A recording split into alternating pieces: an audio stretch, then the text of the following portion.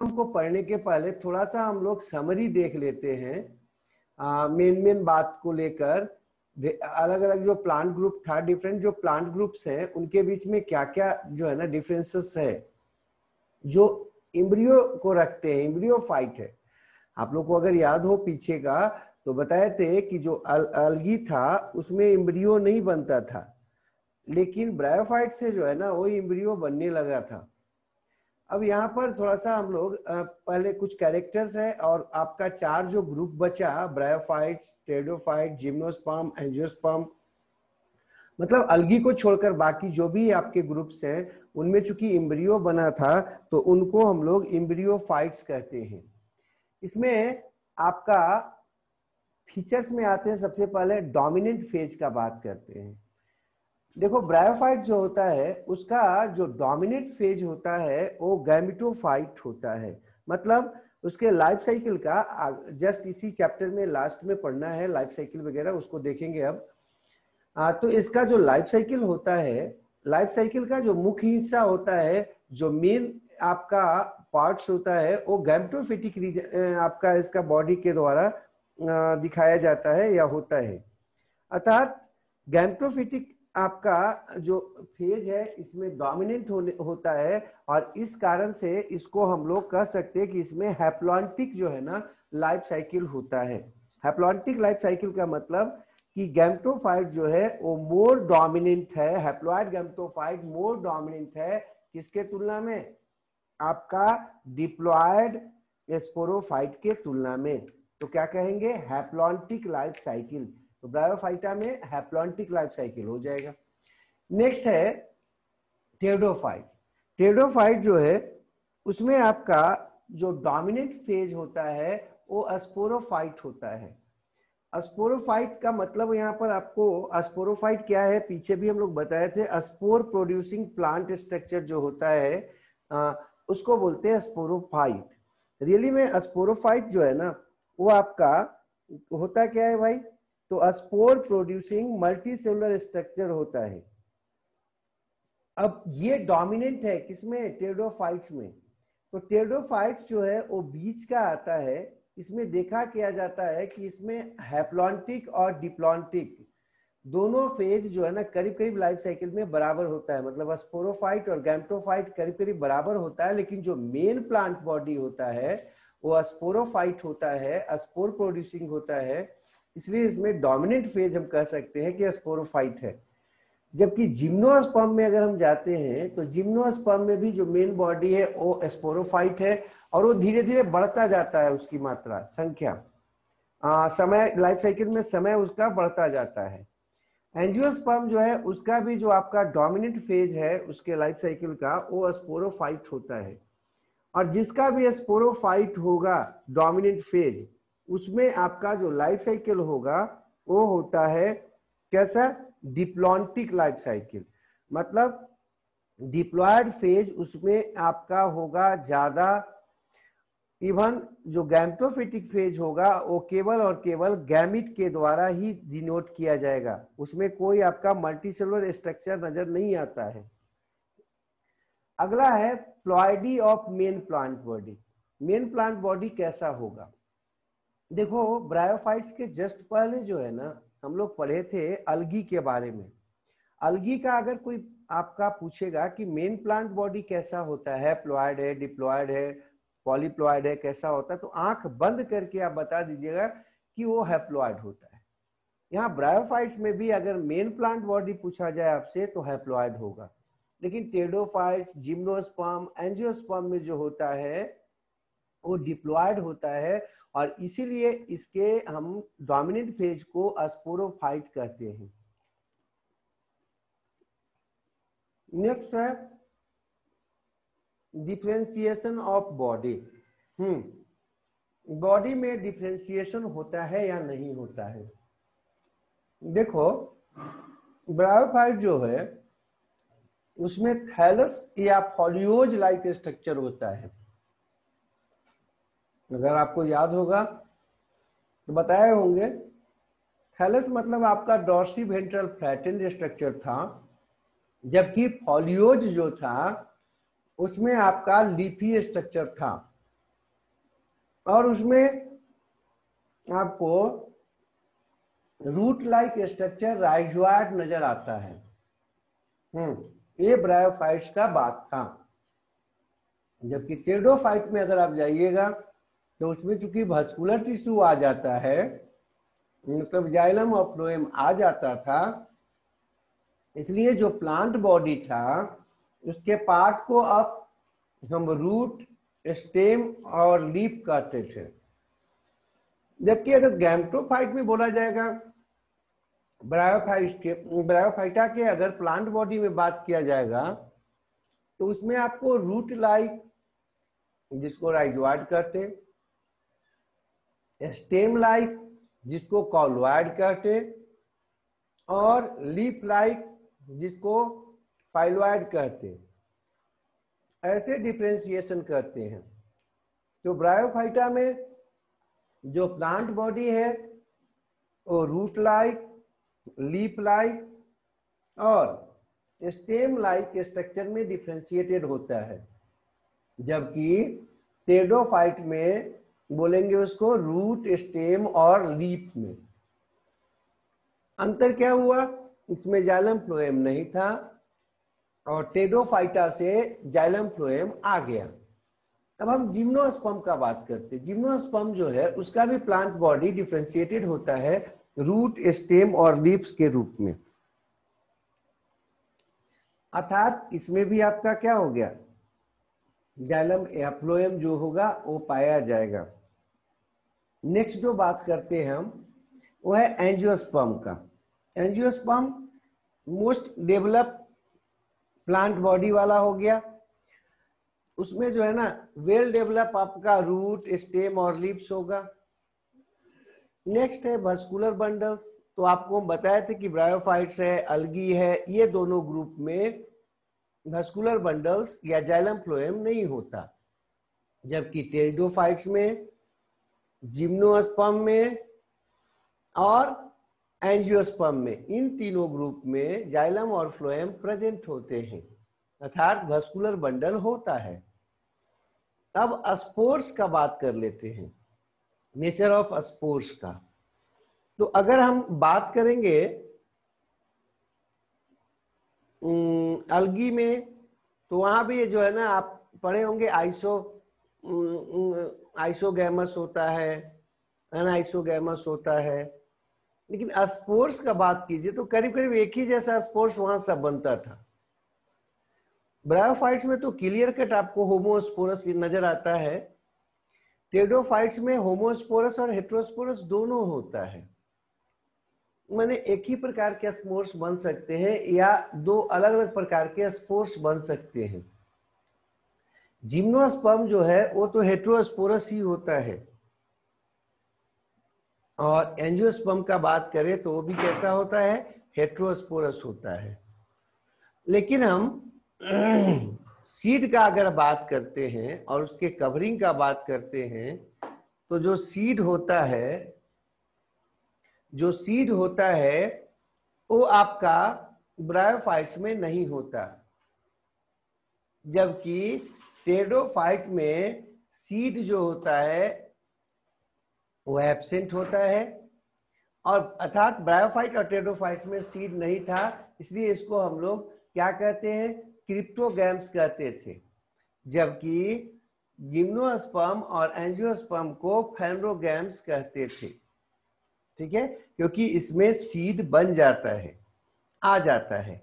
Gymnosperm जो था उसमें सीड जो होता है विदाउट कवर होता है, मतलब उसके ऊपर में फ्रूट नहीं होता है। सीड कोट होता है, सीड का कवरिंग होता है, लेकिन सीड के ऊपर फ्रूट नहीं होता, अर्थात नेकेड सीड होता है। अर्थात जिम्नोस्पर्म में सीड बनता है लेकिन फ्रूट नहीं बनता। अगर एंजियोस्पर्म का बात कर ले तो इसमें आपका सीड होता है और सीड के ऊपर कवर भी पाया जाता है, अर्थात फ्रूट के अंदर सीड होता है। अगर बात हम फ्लावर और फ्रूट का करें तो ब्रायोफाइटा में एब्सेंट होता है, टेरिडोफाइटा में भी एब्सेंट होगा, लेकिन अगर हम जिम्नोस्पर्म का बात करें तो जिम्नोस्पर्म में फ्लावर जैसी रचना बननी शुरू हो जाती है, फ्लावर एब्सेंट होता है। ध्यान रखिएगा, फ्लावरिंग स्ट्रक्चर आ जाता है जिसको कोन या स्ट्रोबिली कहते हैं। ऐसे टेरोफाइट्स में भी कोन और स्ट्रोबिली आ गया था, लेकिन इसमें जिम्नोस्पर्म में थोड़ा और वेल डेवलप्ड आ जाता है। एंजियोस्पर्म में जो है वो फ्लावर्स हो जाता है और फ्रूट रहता है, लेकिन कभी भी जिम्नोस्पर्म में फ्रूट का बात नहीं होगा। हाँ, फ्लावरिंग स्ट्रक्चर आ जाता है जिसको कोन या स्ट्रोबिलस कहते हैं, लेकिन फ्लावर नहीं कहते। तो फ्लावर का तो यहाँ पर है अल्टरनेटिव उसका, जिसको कोन या स्ट्रोबिली कह रहे, लेकिन फ्रूट का कोई अल्टरनेटिव नहीं होता है किसमें, जिम्नोस्पर्म में। तो ये हम लोग देख रहे थे डिफरेंट टाइप्स के प्लांट ग्रुप्स और जो एम्ब्रियोफाइट्स हैं और उनमें क्या क्या जो है ना मेन अंतर हैं। तो ये हम लोग देख के आगे बढ़ जाते। अब एंजियोस्पर्म बचा हुआ था हम लोगों का। एंजियोस्पर्म का अगर बात करते तो कवर्ड या भेसल वाला सीड्स हो जाएगा, मतलब वैसा सीड्स जिसके चारों तरफ जो है ना कुछ स्ट्रक्चर पाया जाता है जो उसको अपने अंदर रखता है, और उस स्ट्रक्चर को हम फ्रूट के रूप में यूज करते हैं या फ्रूट कहते हैं। सीड्स जो होता है वो आपका नेकेड नहीं होगा अगर फ्रूट के अंदर होगा तो। और जो स्पोरोफिल्स हैं, मतलब जो स्पोर्स को बनाने वाले जो स्ट्रक्चर्स होते हैं, वो यहाँ पर वेल ऑर्गेनाइज्ड हो जाते हैं और फ्लावर के रूप में कन्वर्ट हो जाते हैं। जबकि हम लोग जिम्नोस्पर्म में देख चुके हैं कि वो वहां पर कोन या स्ट्रोबिली बना रहे थे, स्ट्रोबिलस बना रहे थे। अब कैरेक्टर में अगला पॉइंट अगर हम करें तो पहला है ओवरी जो है ना ओव्यूल के अंदर होता है, सॉरी ओवरी के अंदर ओव्यूल होता है, अर्थात जो ओव्यूल है वो तो सीड में बदल जाता है और ओवरी जो होता है वो फ्रूट में बदल जाता है। तो एग्जाम में अगर ये पूछ दिया जाए या आपसे कोई ये पूछ दे कि जिम्नोस्पर्म में फ्रूट क्यों नहीं बनता है, तो आराम से बता दीजिएगा कि जिम्नोस्पर्म में ओवरी होता ही नहीं है, और फ्रूट जो है ना वो हमेशा किससे बनता है, ओवरी से बनता है। कैरेक्टर में अगर अगला पॉइंट में आए तो रिप्रोडक्टिव स्ट्रक्चर का बात करते हैं। इसमें जो रिप्रोडक्टिव स्ट्रक्चर होता है वो फ्लावर होता है, जबकि अगर जिम्नोस्पर्म का थोड़ा बहुत भी याद हो तो वहां पर कोन या स्ट्रोबिली था। टेडोफाइट्स में भी कुछ में जो है ना कोन या स्ट्रोबिली था। ब्रायोफाइट्स में तो कोई फ्लावरिंग स्ट्रक्चर था नहीं, और अलगी में भी कोई फ्लावरिंग स्ट्रक्चर नहीं था। इसमें जो फ्लावरिंग स्ट्रक्चर होता है, फ्लावर होता है इसमें, इसलिए इस प्लांट को, एंजियोस्पर्म को हम फ्लावरिंग प्लांट कहते हैं। पूछता है कि फ्लावरिंग प्लांट किसको कहते हैं, तो आराम से बता दीजिए फ्लावरिंग प्लांट हम एंजियोस्पर्म को कहते हैं क्योंकि उसमें फ्लावर बनता है। रियली में फ्लावर है क्या, आपका जो स्टेम और रूट होता है जिसे हम शूट कहते हैं, वो मॉडिफाइड हो जाता है, मेटामॉर्फोज्ड हो जाता है, कंडेंस्ड हो जाता है और अंततः फ्लावर में बदल जाता है और रिप्रोडक्शन में शामिल होता है। तो फ्लावर जो है ना मेटामॉर्फोज्ड मॉडिफाइड पार्ट होता है सूट का, जो कि रिप्रोडक्शन में इन्वॉल्व होता है। मेटामॉर्फोज्ड आप समझते होंगे शायद, रूपांतरण हो जाता है, उसका रूप बदल लेता है वो। और ये जो है आपका एंजियोस्पर्म वो वर्तमान में सबसे बड़ा और प्रभावशाली प्लांट ग्रुप है। मतलब इस संसार में अगर किसी प्लांट का अभी प्रभाव है या अभी सबसे ज्यादा जो है ना आपका आधिपत्य है तो कौन है, एंजियोस्पर्म है। नेक्स्ट स्मॉलेस्ट अगर एंजियोस्पर्म का बात करें तो उल्फिया है, माइक्रोस्कोपिक होता है। इसे वाटर मिल या फिर हम डक वीड भी कहते हैं। ठीक है, उल्फिया क्या भाई, माइक्रोस्कोपिक एक एंजियोस्पर्म है, सबसे छोटा एंजियोस्पर्म। और अगर लंबा या सबसे बड़ा एंजियोस्पर्म का बात करें तो इक्विलिप्टस आता है। इक्विलिप्टस में देखा गया है कि 100 मीटर तक का हो सकता है, अर्थात 300 फीट तक का, करीब करीब 300 फीट समझ लेना कितना बड़ा हो सकता है।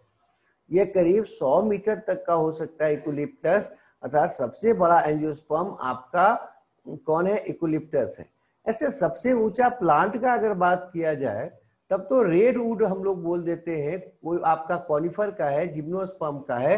सबसे बड़ा पौधा का अगर बात करें हम तो जिम्नोस्पर्म का आ जाता है, लेकिन अगर एंजियोस्पर्म का बात करें तो इक्विलिप्टस हो जाता है।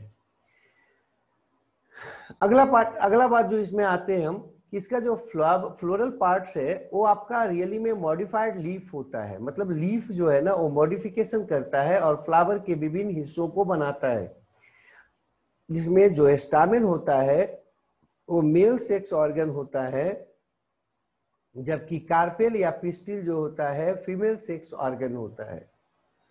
स्टामेन में फिलामेंट और एंथर होता है। जो एंथर होता है वो माइक्रोस्पोरेंजिया को रखता है, जिसमें अंततः माइक्रोस्पोर मदर सेल में मियोसिस होता है और माइक्रोस्पोर्स बनता है। क्योंकि इसमें मियोसिस के बाद माइक्रोस्पोर बना है, उस स्ट्रक्चर को हम माइक्रोस्पोर कह रहे थे, इसलिए इस मियोसिस को यहाँ पर हम स्पोरिक मियोसिस भी कहते हैं। तो माइक्रोस्पोर निर्माण में जो मियोसिस होता है उस मियोसिस को यहाँ पर स्पोरिक मियोसिस कहते हैं। अभी आपको हम अल्टरनेशन ऑफ जनरेशन बताएंगे और लाइफ साइकिल बताएंगे, तो वहां पर मियोसिस का टाइप आएगा, तो उसको देख लेंगे हम। माइक्रोस्पोर निर्माण में कौन सा मियोसिस होता है? स्पोरिक मियोसिस होता है, ध्यान रखिएगा। माइक्रोस्पोर जो है ना वो अंततः डेवलप हो जाता है और डेवलप होकर मैच्योर होकर मेल गैमेटोफाइट या जिसको पॉलन ग्रेन भी कहते हैं उसका निर्माण करता है। तो पॉलन ग्रेन जो है ना उसको हम लोग यहाँ पर मेल गैमेटोफाइट कहते हैं। जबकि बाकी जो था उसमें हम देखे थे कि प्लांट बॉडी जैसा स्ट्रक्चर था। यहाँ पर प्लांट बॉडी जैसा जो स्ट्रक्चर है वो आपका एब्सेंट है, सिर्फ यहाँ पर पॉलन ग्रेन्स है। पॉलन ग्रेन्स जो है वो आपका क्या करा रहा है? मेल गैमेटोफाइट कहला रहा है, जो कि माइक्रोस्पोर से बनता है। नेक्स्ट बात करते हैं, पिस्टिल या कार्पेल जो होता है उसमें स्टिग्मा होता है, स्टाइल होता है और ओवरी होता। ओवरी जो होता है वो आपका बेसल स्वेलन मेन पार्ट होता है। प्रत्येक ओवरी जो होता है उसमें ओव्यूल की जो संख्या या मेगास्पोरेंजियम की जो संख्या होती है वो अलग अलग होती है। जैसे कुछ में एक होता है और कुछ में एक से अधिक होता है। जैसे वीट है, मैंगो है, उसमें ओवरी में केवल एक ओव्यूल होता है। जबकि पपाया है, वाटरमेलन है, इन सब में मेगास्पोरेंजिया या ओव्यूल की संख्या कई होता है, अनेक होता है। अगला बात करते हैं इसी में कि प्रत्येक ओव्यूल जो होता है उसमें न्यूसेलस होता है, मास ऑफ सेल्स होता है, समूह होता है सेल्स का, स्पोरोजिनस सेल्स होता है, जो कि आपका एक या दो इंटेगमेंट से ढका होता है। इंटेगमेंट समझते होंगे आप, प्रोटेक्टिव कवर को हम लोग इंटेगमेंट कहते हैं। अभी फिगर से देखेंगे आगे।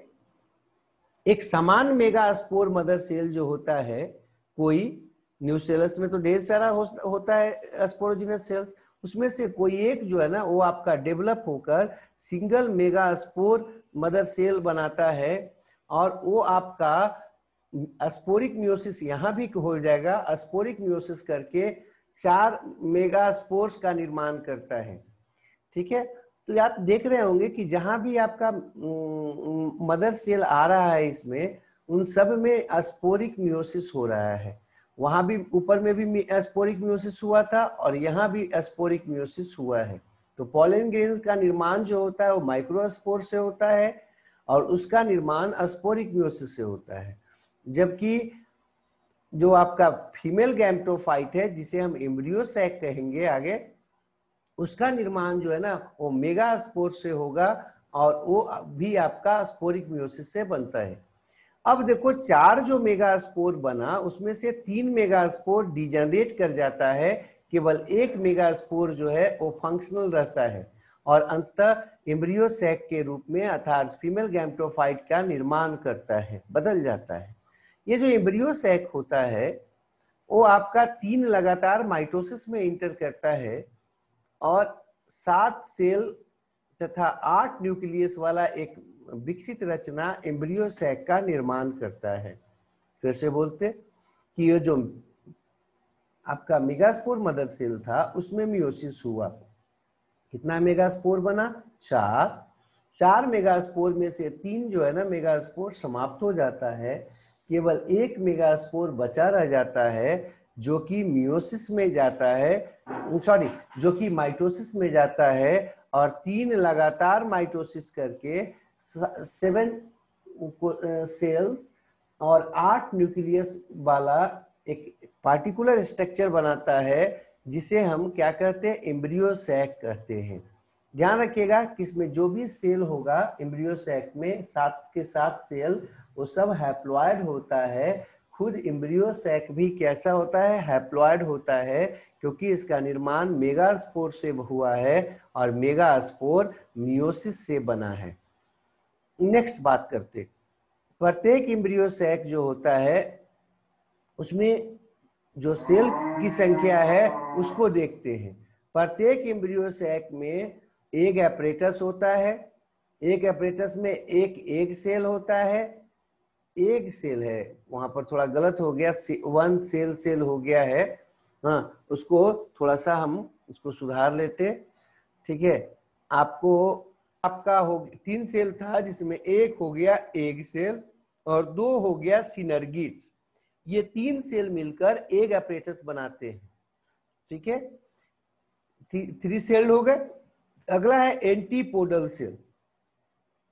दूसरा टाइप का जो सेल्स है उसका नाम है एंटीपोडल। एक ग्रुप हो गया आपका एग एपरेटस, दूसरा ग्रुप हो गया एंटीपोडल सेल्स का। एग एपरेटस में एक एग हो गया और 2 सिनर्गिड्स हो गया। जबकि ये जो आपका एंटीपोडल सेल्स है उसमें वो भी आपका 3 सेल का समूह होता है, ग्रुप होता है। बाकी जो एक सेल बचा उसको सेंट्रल सेल बोलते हैं, जिसमें 2 न्यूक्लियस होता है, 2 न्यूक्लियाई होता है, जिसको हम पोलर न्यूक्लियाई कहते हैं। अंततः फर्टिलाइजेशन के जस्ट पहले पोलर न्यूक्लियाई दोनों आपस में आपका क्या हो जाता है, वो दोनों आपका आपस में फ्यूज कर जाता है और फ्यूज होकर सेकेंडरी न्यूक्लियस बनाता है, अर्थात डिप्लॉयड स्ट्रक्चर हो जाता है। अब जो है ना सेंट्रल सेल भी डिप्लॉयड हो जाएगा। शुरुआत में कैसा था, हैप्लॉयड था, चूंकि दोनों के दोनों न्यूक्लियस कैसे थे, N+N थे, मतलब कि डाई न्यूक्लिएटिक या बाई न्यूक्लिएटिक जो है ना स्ट्रक्चर था। कौन, सेंट्रल सेल। बाकी सारे के सारे जो आपके सेल्स हैं उसमें सिंगल न्यूक्लियस था। केवल आपका जो सेंट्रल सेल होता है एम्ब्रियो सैक का, उसमें आपका 2 न्यूक्लियस होता है और उसको हम पोलर न्यूक्लियाई कहते हैं। फर्टिलाइजेशन के समय जस्ट उस फर्टिलाइजेशन के पहले ये दोनों आपस में फ्यूज होकर एक डिप्लॉयड स्ट्रक्चर या डिप्लॉयड न्यूक्लियस, सेकेंडरी न्यूक्लियस का निर्माण करते हैं। अगला बात है पॉलिनेशन। पॉलिनेशन क्या है, मैच्योर पॉलन ग्रेन का एंथर से स्टिग्मा पर जाना, ये कहलाता है पॉलिनेशन। और पॉलिनेशन होता किसके मदद से है, विंड के मदद से हो सकता है, वाटर के मदद से हो सकता है, या इंसेक्ट्स के मदद से हो सकता है। किसमें, एंजियोस्पर्म में। जबकि जिम्नोस्पर्म का अगर थोड़ा बहुत भी याद होगा तो जिम्नोस्पर्म में केवल विंड से होता था, पानी से भी नहीं होता था और एनिमल से भी नहीं, इंसेक्ट से भी नहीं होता था। उसमें केवल किससे होता था, केवल और केवल आपका विंड से होता था। यहाँ पर इंसेक्ट्स लिखे हैं, एनिमल लिखते तो ज्यादा अच्छा होता, लेकिन इंसेक्ट इसलिए लिखे हैं कि जो मेजोरिटी ऑफ इंसेक्ट्स है, जो आपका एनिमल पॉलिनेशन है, वो आपका मुख्यतः इंसेक्ट से ही होता है, इसलिए यहाँ पर इंसेक्ट लिखे हैं। आगे बढ़ जाते हैं, थोड़ा सा फिगर देख लेते हैं, जो भी पढ़े ना उसको क्लियर हो जाएगा। ये देखिए एक मैच्योर फ्लावर है, उसको काट के देख रहे हैं, एक तरफ से काटे हैं। देखिए सबसे नीचे एक जो आपको डंठल जैसा नजर आ रहा था उसका नाम है पेडिसेल। इसी को हम लोग फ्लावर स्टॉक कहते हैं। किसी भी फूल को आप पकड़ते हो, जैसे गुलाब वगैरह होगा या फिर जो भी होगा, गेंदा होगा, उसको आप पकड़ते हो ना, तो सबसे नीचे जो डंठल नजर आता है वो आप उसका पेडिसेल है।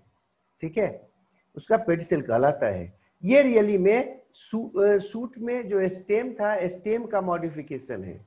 बाकी जो ऊपर में स्ट्रक्चर्स आप देख रहे हो वो सब के सब लीफ का मॉडिफिकेशन है, सब लीफ का मॉडिफिकेशन है सब।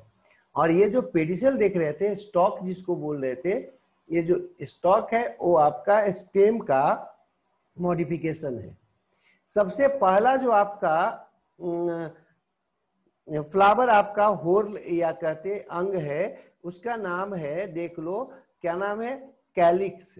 जो हरा होता है ग्रीन होता है। ध्यान दीजिएगा, सबसे बाहर का जो स्ट्रक्चर है उसका नाम है कैलिक्स। उसका यूनिट होता है, एक एक दिखा रहे हैं तो एक का नाम है सेपल, एक को सेपल बोलते, ठीक है। और पूरे समूह को, गुच्छा को क्या बोलेंगे? कैलिक्स बोलेंगे, ठीक है।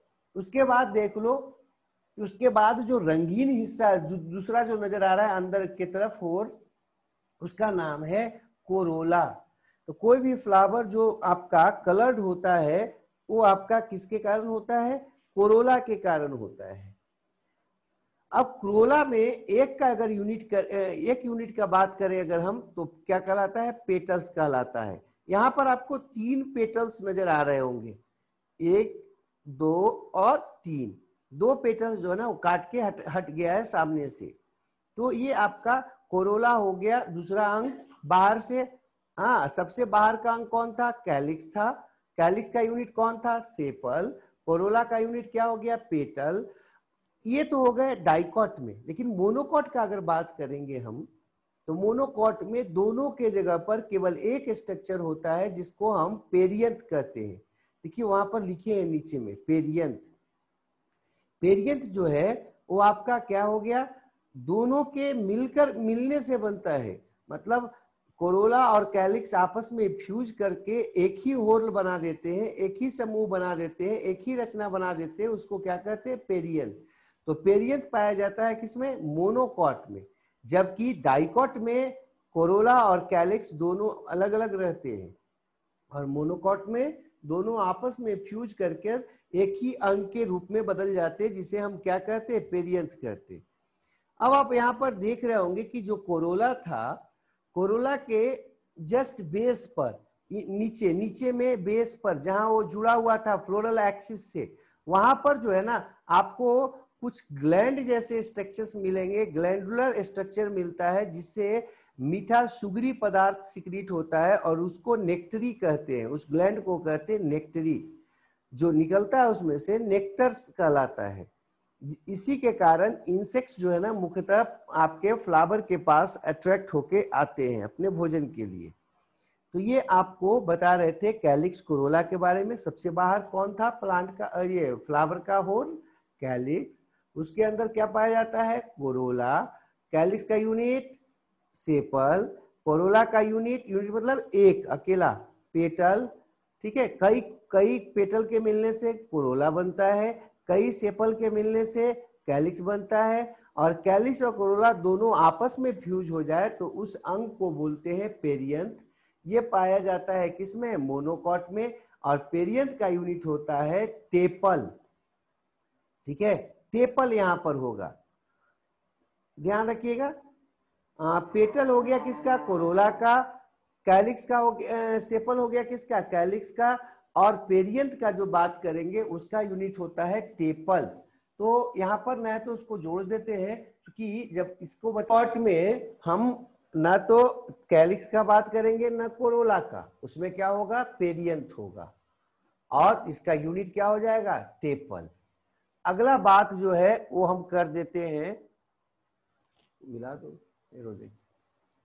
नेक्स्ट जो बात हम करते वो आपका, और अंदर जाते हैं तो आपको एक होर्न का बात करते हैं। और होर्न जो है वो आपका जो थर्ड है वो उसका नाम है एंड्रोसियम। आप देख रहे होंगे पीला जैसा आपको कुछ स्ट्रक्चर नजर आ रहा होगा। उसमें ऊपर में देख रहे होंगे एंथर होता है, और वो जुड़ा होता है किससे? फिलामेंट से। उसको थोड़ा बाहर करके देखते हैं।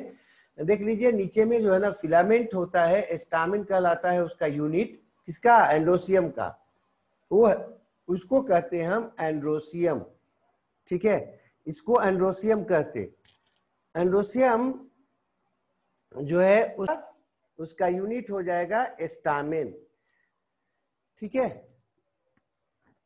तो हाईलाइट कर देते हैं एंड्रोसियम को, आप ध्यान रखिएगा। तो यहाँ पर आपको अभी तक हम लोग 3 स्ट्रक्चर देखिए फ्लावर में। पहला स्ट्रक्चर कौन था? कैलिक्स, सबसे बाहर में ग्रीनिश था।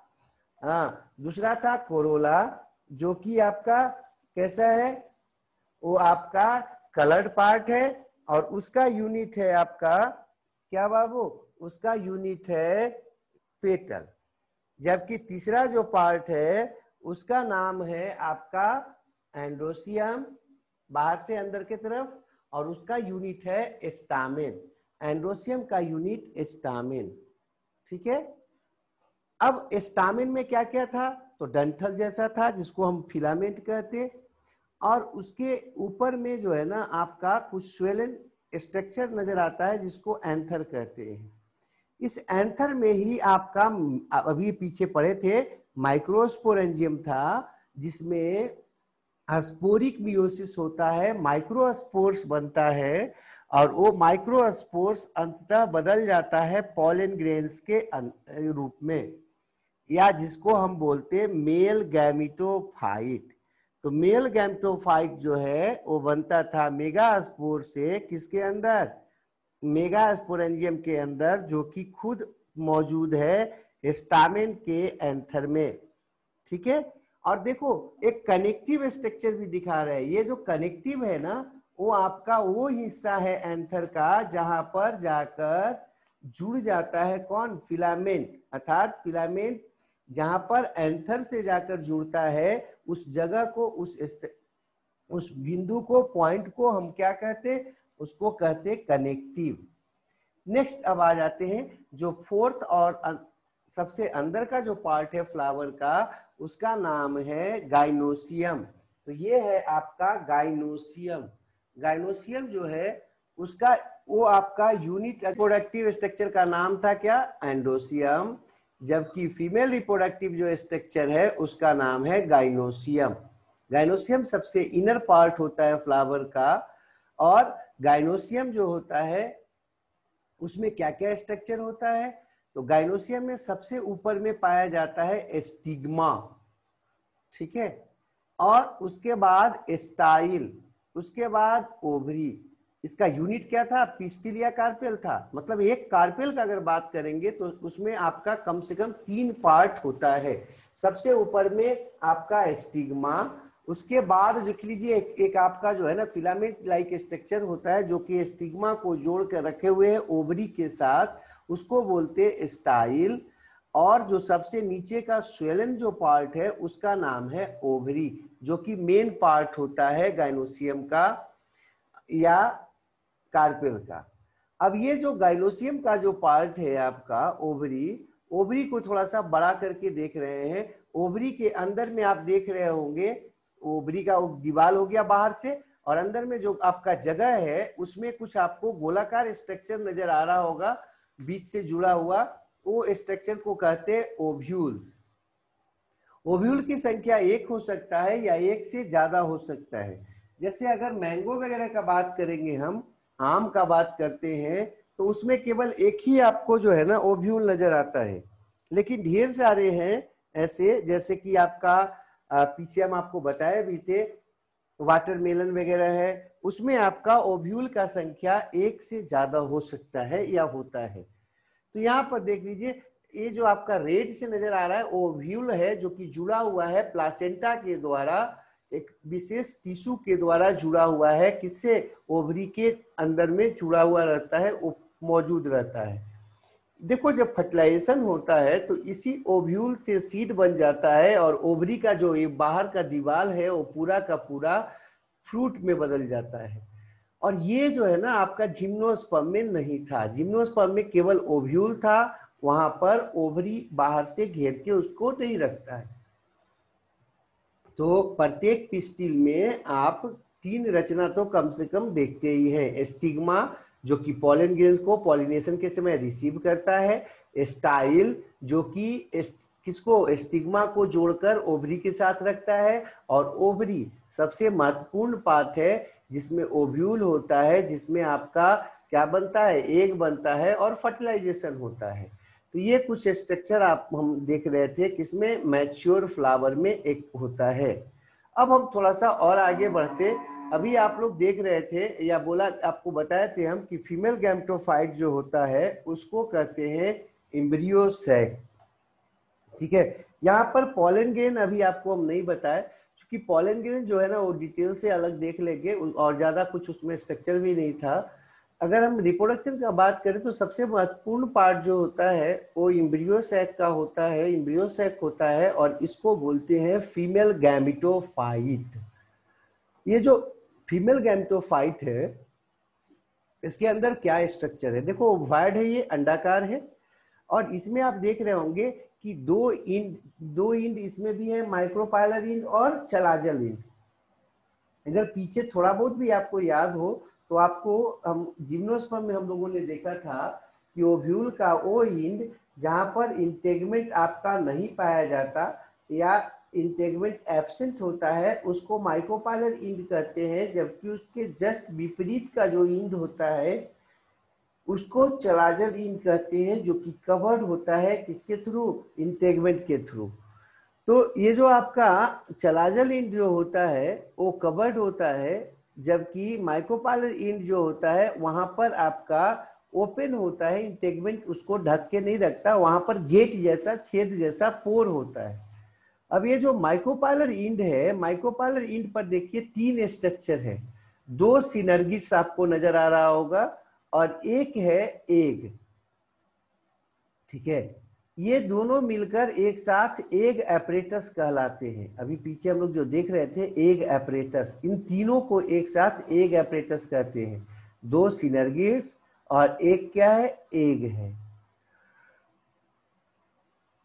ये 3 सेल हो गए जो कि आपका यूनी न्यूक्लिएटेड होते हैं, तीनों में एक एक न्यूक्लियस होता है। लेकिन बीच में आ जाओ अभी तो एक बड़ा सा सेल आपको नजर आ रहा होगा, उसको सेंट्रल सेल बोलते हैं। उसमें जो आपका 2 न्यूक्लियस नजर आ रहा है उसको कहते हैं पोलर न्यूक्लियाई। ये सब भी कैसे होते हैं, हैप्लॉइड होते हैं, मतलब ये बाई न्यूक्लिएटेड स्ट्रक्चर है, डाई न्यूक्लिएटेड स्ट्रक्चर है। अगला जो बात है चलाजल इंड की तरफ चलते हैं। चलाजल इंड की तरफ जब पहुंचते हैं तो 3 सेल आपको नजर आएगा और यह आ रहा होगा और उसको बोलती हैं एंटीपोडल सेल। ये पूरा का पूरा एम्ब्रियो सैक फीमेल गैमेटोफाइट है जो कैसा होता है, हैप्लॉइड होता है, एन होता है और इसके अंदर जो सेल या न्यूक्लियस दिख रहे हैं वो सब भी कैसा होता है, हैप्लॉइड होता है, ठीक है। तो ये आपको हम लोग देख रहे थे एम्ब्रियो सैक। और इसमें जो पोलर न्यूक्लियाई देख रहे हो ना, जैसे ही मेल गैमीट इसमें प्रवेश करता है पॉलन ट्यूब के मदद से, ये दोनों के दोनों पोलर न्यूक्लियाई आपस में फ्यूज कर जाते हैं और फ्यूज करके एक स्ट्रक्चर बनाते हैं जिनको कहते हैं सेकेंडरी न्यूक्लियाई या secondary nucleus, sorry secondary nucleus. अब हम आगे बढ़ जाते, आगे जब बढ़ते हैं तो नेक्स्ट जो स्ट्रक्चर आता है, अब उसको थोड़ा सा यहाँ पर हम देख लेते हैं। देखिए कि प्रत्येक पॉलन ग्रेन जो होता है उसमें से आपका पॉलन ट्यूब निकलता है और एक पॉलन ग्रेन में से किसी एक पॉलन ट्यूब में से, हो सकता है एक पॉलन ग्रेन से एक ही पॉलन ट्यूब निकले या एक से अधिक पॉलन ट्यूब निकल सकता है या निकलता है, लेकिन कोई एक पॉलन ट्यूब में 2 मेल गैमीट होता है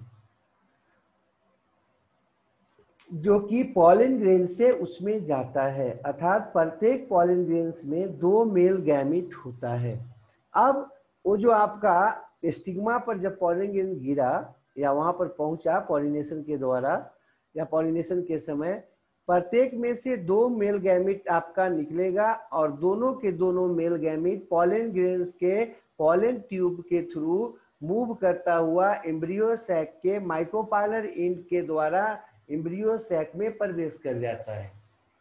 वहां पर जो आपको सिनर्गिड्स दिखाए थे अभी, सिनर्गिड्स के पास जाने पर जब पॉलन ट्यूब वहां पहुंचता है तो क्या करता है, मेल गैमिट को अपने अंदर से बाहर निकाल देता है, मतलब मेल गैमिट को एम्ब्रियो सैक में डाल देता है, छोड़ देता है।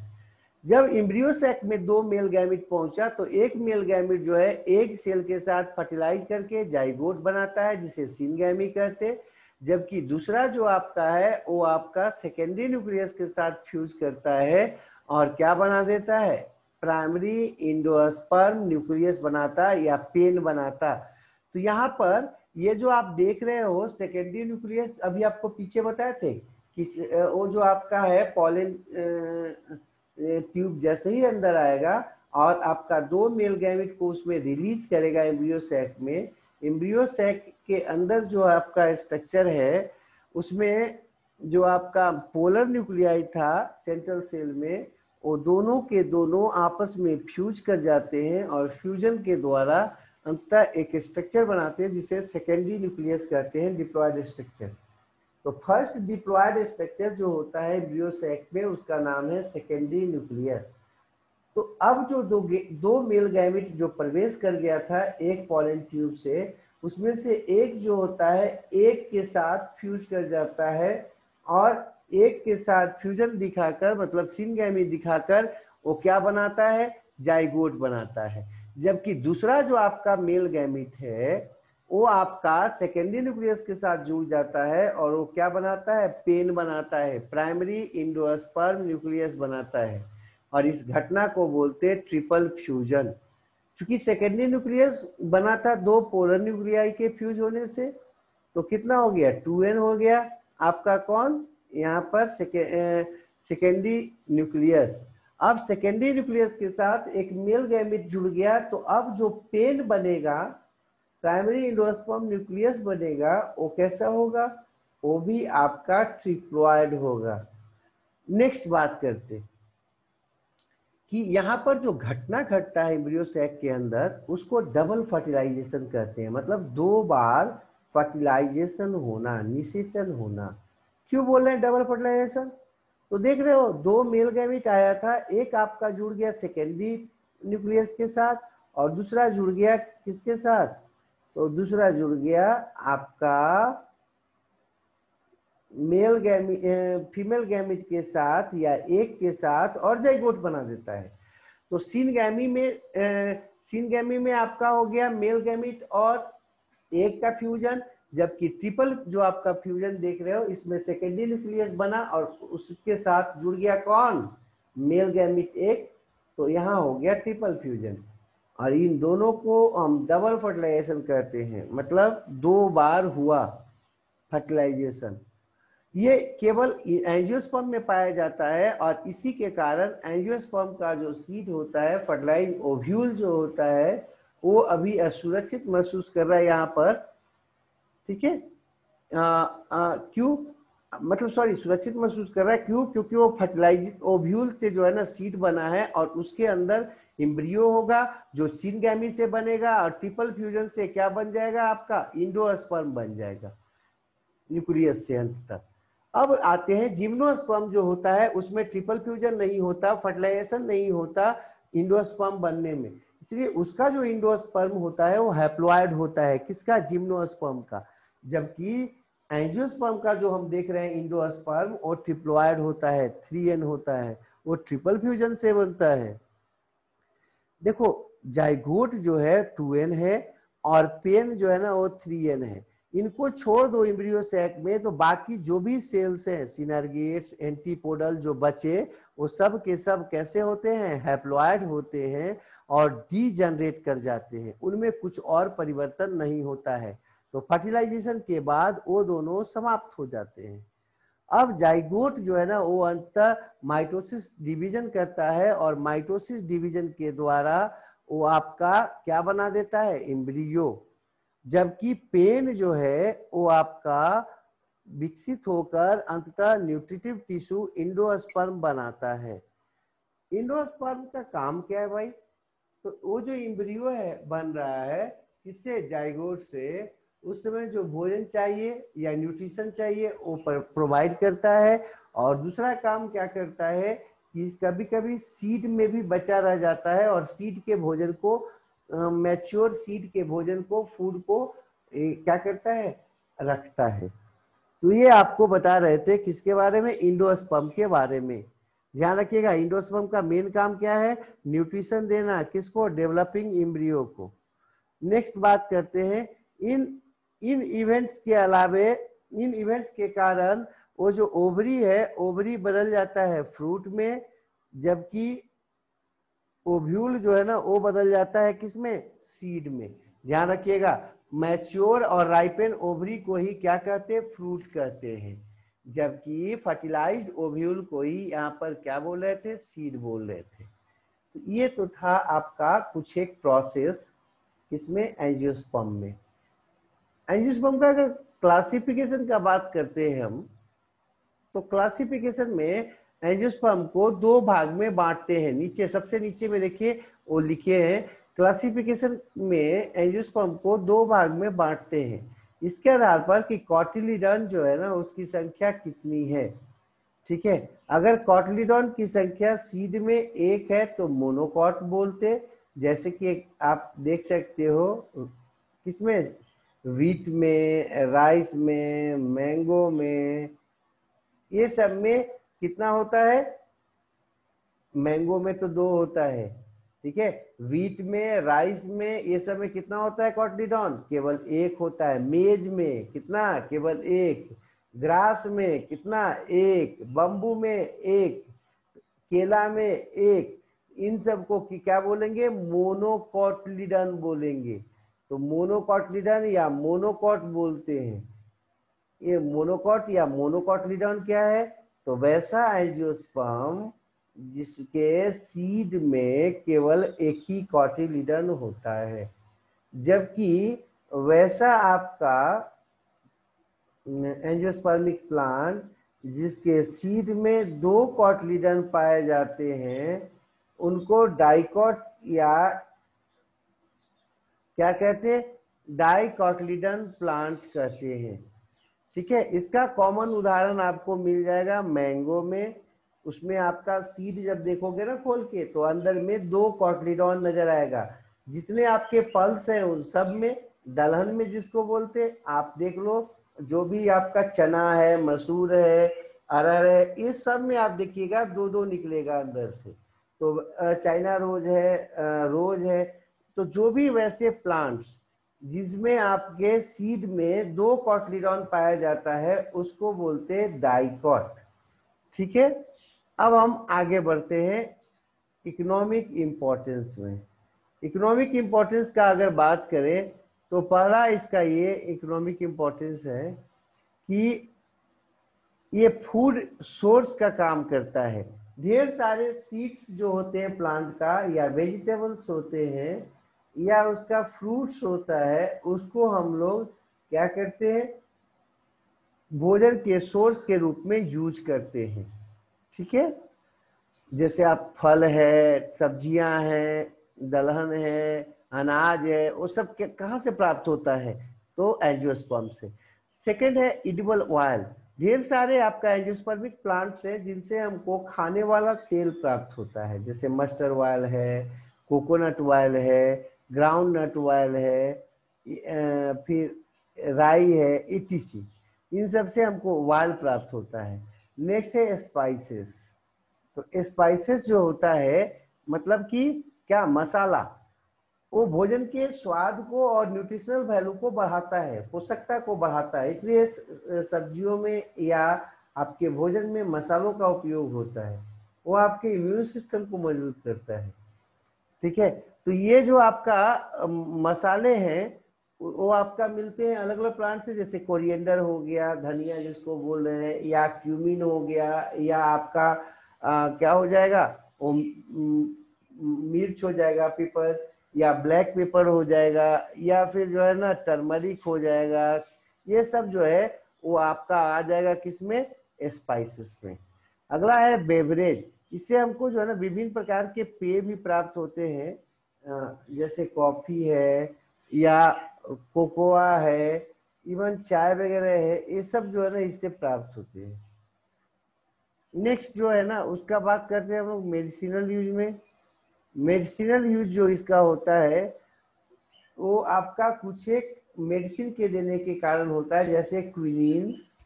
ठीक है, क्विनीन जो है उसमें वो आपका एक तरह का जो है ना दवा के रूप में यूज किया जाता है, छाल से निकलता है। इसी तरह से आपका बेलाडोना है, अश्वगंधा है, तुलसी, टर्मरिक, नीम, एलोवेरा, ये सब के सब जो है ना कुछ प्लांट्स का नाम हम लोग लिख रहे थे जो मेडिसिनल प्लांट्स है। ऐसे ढेर सारे मेडिसिनल प्लांट्स है।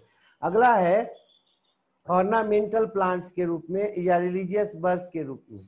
ऑर्नामेंटल प्लांट में भी यूज होता है, देखते होंगे आप घर में लगाते हैं हम लोग, गुलाब है, चाइना रोज है, या और ढेर से डहलिया है, ये सबको लगाते हैं ताकि क्या हो, अच्छा लगे, फूल वगैरह आए।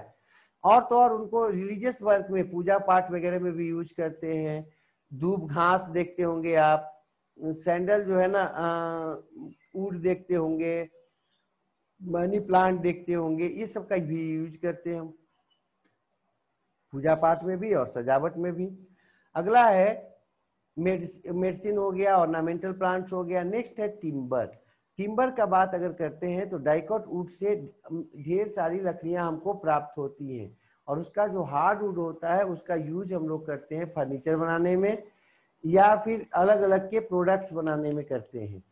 ठीक है, इसका उदाहरण में है साल, टीक, शीशम, मैंगो, ओक इत्यादि। ये सब में जो है ना आपको टिम्बर प्राप्त होता है। क्लासिफिकेशन ऑलरेडी आपको बता दिए। तो ये आपको एंजियोस्पर्म समाप्त हो गया। हाँ, इसका जो आपका रूट, स्टेम, लीफ वगैरह है उसको अलग से पढ़ेंगे। नेक्स्ट बात करते हम, आगे बढ़ते। आगे अगर हम बात करें तो लाइफ साइकिल थोड़ा सा है एंजियोस्पर्म का, इसको देख लीजिए। देखिए, इसका जो लाइफ साइकिल है, उसका जो एम्ब्रियो बना है, यहाँ से शुरू हो जाता है स्पोरोफिटिक आपका जनरेशन, जाइगोट बनने के साथ साथ। जैसे ही फर्टिलाइजेशन हुआ, जाइगोट बना, जाइगोट से जो है ना एम्ब्रियो बन जाता है माइटोसिस के द्वारा। एम्ब्रियो से अंततः स्पोरोफिटिक प्लांट बॉडी बनता है, जिसमें फ्लावर में आपका मेल और फीमेल सेक्स ऑर्गन किस रूप में होते हैं? एंडोसियम के रूप में, जिसको हम क्या बोलते हैं? आपको एंडोसियम को क्या बोलते हैं? स्टामेन यूनिट है उसका। और जो आपका गाइनोसियम है, फीमेल रिप्रोडक्टिव स्ट्रक्चर, उसका यूनिट है कार्पेल या पिस्टिल। उसमें आप ओवरी में जो है ना आपका क्या होता है? मेगास्पोर मदर सेल से बन जाता है क्या मेगास्पोर्स और अंततः एम्ब्रियो से। जबकि जो आपका एंथर था वो आपका स्टामेन का, उसमें आपका माइक्रोस्पोर मदर सेल होता है, जो कि माइक्रोस्पोरेंजियम में कहलाता है, उसमें पाया जाता है। और उसमें आपको क्या होता है? मियोसिस होता है। मियोसिस से बन जाता है माइक्रोस्पोर्स। माइक्रोस्पोर्स जो है वो अंततः गैमेटोफिटिक जनरेशन की शुरुआत करता है, या मेगास्पोर्स जो भी हो। और माइक्रोस्पोर्स से बन जाता है पॉलन ग्रेन्स। नीचे देखिए पॉलन ग्रेन्स है आपका। पॉलन ग्रेन्स जो है वो आपका अंततः जो है ना पॉलिनेशन के बाद, पॉलन ग्रेन्स जो है ना पॉलिनेशन के बाद जर्मिनेट करता है, और जर्मिनेट करके 2 मेल गैमिट जो है ना वो भेज देता है पॉलन ट्यूब के मदद से किसके पास? तो आपके एम्ब्रियो सैक के पास। और वहां फर्टिलाइजेशन होगा एग के साथ, फिर जाइगोट बनेगा। और जो बीच में 2 न्यूक्लियस दिखाई दे रहा था एम्ब्रियो सैक में, वो आपका कौन था? वो आपका सेकेंडरी न्यूक्लियस में बदलने के लिए तैयार है पोलर न्यूक्लियाई। और वो पोलर न्यूक्लियाई जो है वो आपका सेकेंडरी न्यूक्लियस बनाएगा, जिससे अंततः एम्ब्रियो का बात होगा। ये आपका एंजियोस्पर्म में लाइफ साइकिल का बात था। ठीक है, एंजियोस्पर्म के लाइफ साइकिल का बात है। अब हम आगे बढ़ जाते, तो अब हम लास्ट के तरफ आ रहे हैं। इस अथी में लाइफ साइकिल या अल्टरनेशन ऑफ जनरेशन का बात करते हैं प्लांट में। लाइफ साइकिल शायद आप लोग जानते होंगे, बर्थ से बर्थ तक के समय को हम लोग कहते हैं लाइफ साइकिल। तो बर्थ किसका? पेरेंट का। किसी ऑर्गेनिज्म के जन्म से लेकर उसके बच्चों के आने तक के समय को हम कहते हैं लाइफ साइकिल। ठीक है, बर्थ टू बर्थ, पेरेंट के बर्थ से प्रोजेनी के बर्थ तक। ठीक है, लाइफ स्पैन किसको कहते हैं? तो बर्थ टू नेचुरल डेथ या लाइफ टाइम, मतलब कि ऑर्गेनिज्म के बर्थ से उसके जो पूर्वज वंशज है, सॉरी वंशज के लाइफ तक, जन्म तक के समय को हम लोग लाइफ साइकिल कहते हैं। लेकिन पूर्वज के बर्थ से पूर्वज के नेचुरल डेथ तक के समय को हम क्या कहते हैं? लाइफ स्पैन कहते हैं। हो सकता है ये सेम भी रहे, हो सकता है ये अलग अलग रहे। ठीक है, जन्म से मृत्यु, नेचुरल मृत्यु क्या कहलाएगा? लाइफ टाइम या लाइफ स्पैन। अब यहां पर आते हैं अल्टरनेशन ऑफ जनरेशन का बात। देखो, सेक्सुअल लाइफ साइकिल में होने वाला एक प्रोसेस है अल्टरनेशन ऑफ जनरेशन, जिसमें मॉर्फोलॉजिकली डिस्टिंक्ट जो मल्टीसेलुलर आपका डिप्लॉयड सेल होता है, वो आपका बाद में बात करेंगे। Morphologically distinct multicellular diploid stage जो होता है वो अल्टरनेट कर जाता है morphologically distinct multicellular haploid stage के साथ, मतलब चेंज होता है। वो मॉर्फोलॉजिकली डिस्टिंक्ट जो मल्टीसेलुलर डिप्लॉयड स्टेज होता है वो बदलता है morphologically distinct multicellular haploid stage के साथ, और इसी घटना को कहते हैं अल्टरनेशन ऑफ जनरेशन। तो अल्टरनेशन ऑफ जनरेशन क्या है? अल्टरनेशन ऑफ जनरेशन जो है ना एक प्रोसेस है जो सेक्सुअल लाइफ साइकिल में होता है। इसमें आपका जो मल्टीसेलुलर डिप्लॉयड स्टेज होता है वो आपका बदलता है किसमें? मल्टीसेलुलर हैप्लॉयड स्टेज में। और मल्टीसेलुलर हैप्लॉयड स्टेज जो है ना वो बदलता है फिर से morphologically distinct multicellular diploid stage में। ये घटना पूरा का पूरा क्या कहता है? अल्टरनेशन ऑफ जनरेशन कहलाता है। ठीक है, अर्थात कर सकते हो कि स्पोरोफाइट जो यहाँ होता है वो गैमेटोफाइट में बदलता है, और गैमेटोफाइट जो है ना वो अंततः फिर किस में बदल जाता है? स्पोरोफाइट में बदल जाता है। ठीक है, अब यहाँ पर हम लिखे हैं कि गैमेटोफिटिक जो आपका फेज होता है वो स्टार्ट होता है मियोसिस के साथ। पीछे अभी आपका लाइफ साइकिल में थोड़ा सा देख लेते हैं। ठीक है, लाइफ साइकिल में देख लीजिए स्पोरोफिटिक जनरेशन जो है ना किससे शुरू हुआ था? देखो जाइगोट के साथ, स्पोरोफिटिक जाइगोट से शुरू हुआ, लेकिन गैमेटोफिटिक किसके साथ शुरू हुआ था? तो देख लीजिए स्पोर फॉर्मेशन के साथ शुरू हुआ था। तो स्पोर जब बनता है ना तो उससे शुरू होता है गैमेटोफिटिक जनरेशन, और जाइगोट बनने के साथ शुरू होता है स्पोरोफिटिक जनरेशन। ठीक है, तो पीछे देखते हैं थोड़ा सा यहाँ पर है ना। अब वो स्टार्ट हुआ था मियोसिस से, और वो आपका फर्टिलाइजेशन जब होगा तो उस समय समाप्त हो जाएगा, ध्यान रखिएगा। अर्थात फर्टिलाइजेशन होते ही गैमेटोफिटिक स्टेज के जगह पर अब स्पोरोफिटिक जनरेशन जो है ना वो स्टार्ट हो जाएगा। तो फर्टिलाइजेशन से कौन सा फेज खत्म होता है? गैमेटोफिटिक फेज या गैमेटोफिटिक स्टेज। जबकि स्पोरोफिटिक जनरेशन जो है ना वो स्टार्ट हो जाता है, जबकि मियोसिस के द्वारा स्टार्ट होता है कौन? गैमेटोफिटिक फेज, और स्टॉप हो जाता है या इंड हो जाता है कौन सा फेज? तो स्पोरोफिटिक फेज। ठीक है, मियोसिस से स्पोरोफिटिक फेज या जनरेशन जो है ना वो आपका स्टॉप हो जाता है, इंड हो जाता है। ये सेक्सुअल रिप्रोडक्शन जब करता है कोई आपका स्पोरोफाइट तो वो आपका क्या बनाता है? गैमेटोफाइट बनाता है। जबकि गैमेटोफाइट जब सेक्सुअल रिप्रोडक्शन करता है, सेक्सुअल फ्यूजन करता है, तो क्या बनाता है? स्पोरोफाइट बनाता है। तो ध्यान रखिएगा, सेक्सुअल रिप्रोडक्शन के द्वारा गैमेटोफाइट से स्पोरोफाइट बनता है, जबकि ये सेक्सुअल रिप्रोडक्शन के द्वारा आपका स्पोरोफाइट से क्या बनता है? गैमेटोफाइट बनता है। स्पोरोफाइट न्यू स्पोरोफाइट अगर प्रोड्यूस करता है, या कोई गैमेटोफाइट नया गैमेटोफाइट अगर प्रोड्यूस करता है, तो किस प्रोसेस से? वेजिटेटिव प्रोपेगेशन से। वेजिटेटिव प्रोपेगेशन के द्वारा स्पोरोफाइट नया स्पोरोफाइट प्रोड्यूस करेगा, जबकि गैमेटोफाइट नया गैमेटोफाइट प्रोड्यूस करता है। मतलब गैमेटोफाइट में ही रह जाता है, ध्यान रखना है। ये सेक्सुअल रिप्रोडक्शन के द्वारा आपका क्या होता है? स्पोरोफाइट से गैमेटोफाइट बनता है, जबकि सेक्सुअल रिप्रोडक्शन के द्वारा गैमेटोफाइट से स्पोरोफाइट बनता है। और वेजिटेटिव प्रोपेगेशन के द्वारा कोई चेंज नहीं होता है, जो जैसा है वैसा ही रह जाएगा। स्पोरोफाइट बनाएगा, जबकि गैमेटोफाइट बनाएगा। अब देखो गैमेटोफिटिक जनरेशन का जो पहला स्टेज था वो कौन था? स्पोर था, जबकि लास्ट जो सेल था या स्टेज था उसका नाम गैमेट था। आपको पीछे दिखा है। नेक्स्ट जो बात करते हैं वो जो आपका स्पोरोफिटिक जनरेशन है उसका फर्स्ट सेल्स होता है जाइगोट, जबकि लास्ट सेल्स होता है स्पोर मदर सेल्स। इसी तरह से अल्टरनेशन ऑफ जनरेशन जो है ना वो हैप्लॉन्टिक और डिप्लॉन्टिक लाइफ साइकिल में नहीं होता, क्योंकि उसमें मल्टी सेलुलर डिप्लॉयड स्ट्रक्चर नहीं बनता, हम लोग पीछे देख चुके हैं। जबकि हैप्लॉन्टिक और डिप्लॉन्टिक लाइफ साइकिल में अल्टरनेशन ऑफ जनरेशन होता है। ये बात यहाँ पर लिखे हैं। तो ये अल्टरनेशन ऑफ जनरेशन था प्लांट में, ध्यान रखिएगा। अल्टरनेशन ऑफ जनरेशन में जो है ना स्पोरोफाइट मियोसिस जब करेगा तो किस में बदल जाएगा? गैमेटोफाइट में। जबकि गैमेटोफाइट फर्टिलाइजेशन जब करता है तो बदल जाता है किसमें, आपका स्पोरोफाइट में।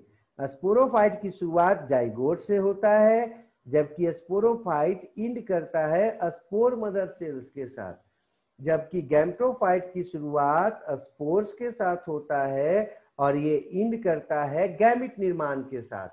ठीक है, नेक्स्ट आगे बढ़ते हैं हम आगे। आगे बढ़ते, यहां पर है एक फिगर, इसको देख लीजिए। इसमें आप देख रहे होंगे स्पोरोफाइट जो है वो आपका वेजिटेटिव प्रोपेगेशन करके अपनी संख्या को बढ़ाता है। मान लीजिए किसी स्पोरोफाइट को अपनी संख्या को बढ़ाना है तो क्या करेगा, वेजिटेटिव प्रोपेगेशन करेगा। उसी तरह से गैमेटोफाइट को अगर अपनी संख्या को बढ़ाना है तो वो भी क्या करेगा, वेजिटेटिव प्रोपेगेशन करेगा। लेकिन प्लांट को कन्वर्ट होना है गैमेटोफाइट से स्पोरोफाइट में, तब वो क्या करेगा, तब वो आपका गैमेटोफाइट से स्पोरोफाइट बनने के लिए फर्टिलाइजेशन करेगा या सेक्सुअल रिप्रोडक्शन करेगा। जबकि ए सेक्सुअल रिप्रोडक्शन अगर स्पोरोफाइट करेगा तो उससे क्या बनेगा, गैमेटोफाइट बनेगा, है ना। मियोसिस के द्वारा ये प्रोसेस होगा, उधर आपका सिनगैमी के द्वारा ये प्रोसेस होगा, क्या, गैमेटोफाइट टू स्पोरोफाइट। ये आपको अल्टरनेशन ऑफ जनरेशन का बात कर रहे थे। अब लाइफ साइकिल बचा हुआ है प्लांट में, तो लाइफ साइकिल जो है ना, अब समय ज्यादा हो गया, कल देखते हैं इसको।